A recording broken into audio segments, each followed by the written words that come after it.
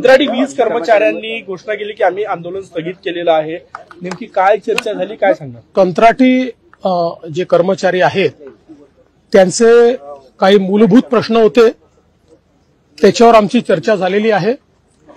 त्यातले त्यांचे काही प्रश्न जे आहेत ते अत्यंत जेन्युइन आहेत की जे निश्चितपणे सोडवले गेले पाहिजेत. ज्याच्यामध्ये विशेषतः इतके वर्ष ते काम करतायत, पण त्यांना जेव्हा नियमित भरती निघते त्यावेळी त्यांना अप्लाय करता येत नाही, कारण वयाची अट त्यांच्याकरता शिथिल झालेली नाही. त्यानंतर त्यांना त्या ठिकाणी काही ऍडिशनल मार्क दिले तर त्यांना या स्पर्धेमध्ये टिकता येईल. त्यामुळे त्या संदर्भातले काही विषय आहेत. या व्यतिरिक्त काही त्यांच्या फायनान्शियल डिमांड्स देखील त्या ठिकाणी आहेत. एक विशेष महत्वाची त्यांची जी मागणी आहे की कंत्राटदार जे आहेत ते शोषण करतात, नियमित आणि त्यांना जेवढं वेतन देय आहे ते वेतन त्यांना मिळत नाही आणि म्हणून थेट त्यांच्या खात्यामध्ये ते वेतन गेलं पाहिजे.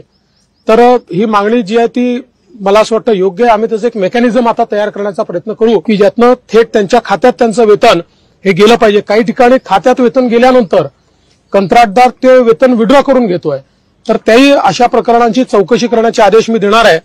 कारण अशा प्रकारे जर अशी पिळवणूक किंवा फसवणूक होणार असेल तर ते देखील योग्य नाही आहे. त्यामुळे त्यालाही कशा प्रकारे प्रतिबंधात्मक उपाय करता येतील हा देखील आपला प्रश्न त्या ठिकाणी आहे.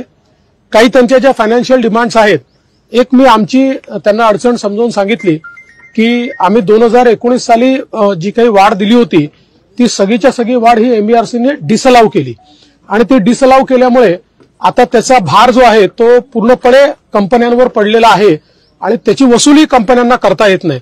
त्यामुळे आता या संदर्भात कुठलेही निर्णय घेताना ते विचारपूर्वक घ्यावे लागतील, एमईआरसीच्या फ्रेमवर्कमध्ये घ्यावे लागतील आणि म्हणून लवकरच तिन्ही जे आमचे कंपन्या आहेत त्यांच्या एमडी सोबत एक बैठक ही जी काही संयुक्त कृती समिती आहे त्या समितीची आम्ही त्या ठिकाणी करणार आहोत आणि त्या बैठकीमध्ये याच्यावर सविस्तर चर्चा हे ते लोक करतील आणि त्यात मग प्रत्येक गोष्टीत काय काय मार्ग आपल्याला काढता येईल तो मार्ग आपण काढणार आहोत. दोन गोष्टी यात मला महत्वाच्या सांगायच्या आहेत.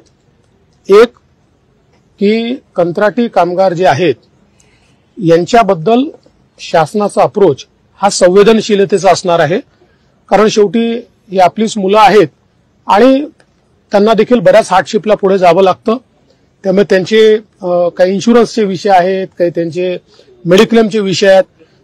टप्प्याटप्प्यानं या विषयात कसं आपल्याला मार्ग काढता येईल हाही प्रयत्न आम्ही निश्चितपणे त्या ठिकाणी करणार आहोत. त्याचवेळी मी एक गोष्ट मात्र निक्षून सांगितलेली आहे की इनडिसिप्लिन, अनुशासनहीनता ही कुठल्याही परिस्थितीत सहन केली जाणार नाही. कोणी जर हिंसा करत असेल, मारामाऱ्या करत असेल, अडवणूक करत असेल तर मात्र आम्ही ते काही मान्य करणार नाही. त्यामुळे त्यांनी ज्या काही मागण्या असतील त्या न्यायपूर्ण पद्धतीनं, त्या लोकशाही पद्धतीनं मांडल्या पाहिजेत. जरूर त्याचा सकारात्मक विचार आम्ही करू हे देखील निक्षून सांगितलं. दिल्लीत काल बैठक झाली उशिरापर्यंत, काय तोडगा निघाला, काय चर्चा, फॉर्म्युला मिळाला का? दिल्लीतली बैठक ही सकारात्मक झालेली आहे. एकाच बैठकीत सगळे निर्णय होतील अशी परिस्थिती नाहीये, पण मी हे म्हणू शकतो की 80% आमचं काम हे कालच्या बैठकीत संपलेलं आहे. 20% जे आमचे आता म्हणजे बसलो जरी नसलो ते आपापसात फोनवर चर्चा चालली आहे. ज्या काही थोडे बहुत आमचे विषय राहिले आहेत, मला विश्वास आहे आम्ही लवकरच हे पूर्ण करू शकू.